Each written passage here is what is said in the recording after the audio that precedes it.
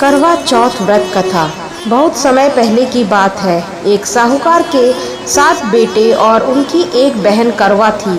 सभी सातों भाई अपनी बहन करवा से बहुत प्यार करते थे, यहाँ तक कि वे पहले उसे खाना खिलाते और बाद में स्वयं खाते थे। एक बार उनकी बहन ससुराल से मायके आई हुई थी। शाम को भाई जब अपना व्यवसाय बंद कर घर आए तो देखा उनकी बहन बहुत व्याकुल थी। सभी भाई खाना खाने बैठे और अपनी बहन से भी खाने का आग्रह करने लगे, लेकिन बहन ने बताया कि उसका आज करवा चौथ का निर्जला व्रत है और वह खाना सिर्फ चंद्रमा को देखकर उसे अर्घ्य देकर ही खा सकती है।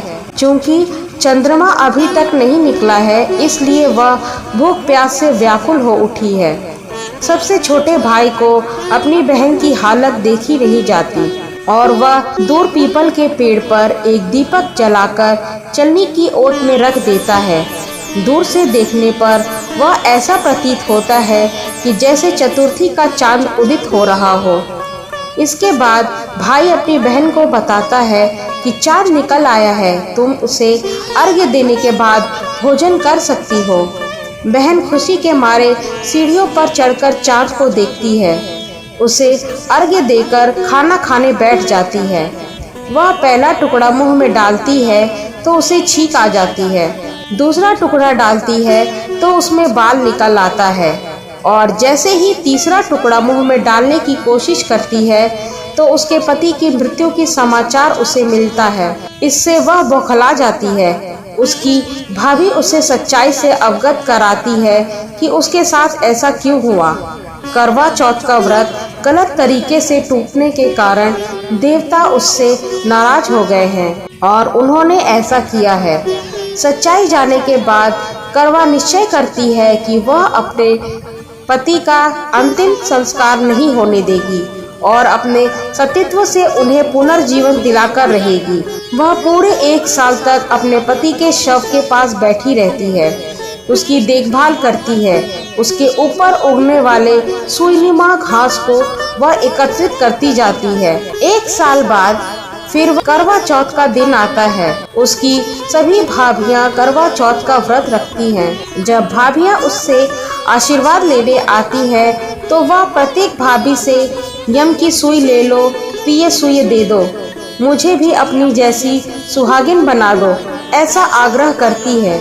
लेकिन हर बार भाभी उसे अगली भाभी से आग्रह करने को कह चली जाती है। इस प्रकार जब छठे नंबर की भाभी आती है तो करवा उससे भी यही बात दोहराती है।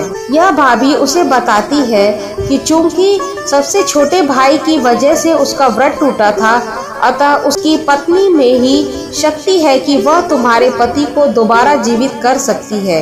इसलिए जब वह आए तो तुम उसे पकड़ लेना और जब तक वह तुम्हारे पति को जिंदा न कर दे उसे नहीं छोड़ना। ऐसा कहकर वह चली जाती है। सबसे अंत में छोटी बहू आती है।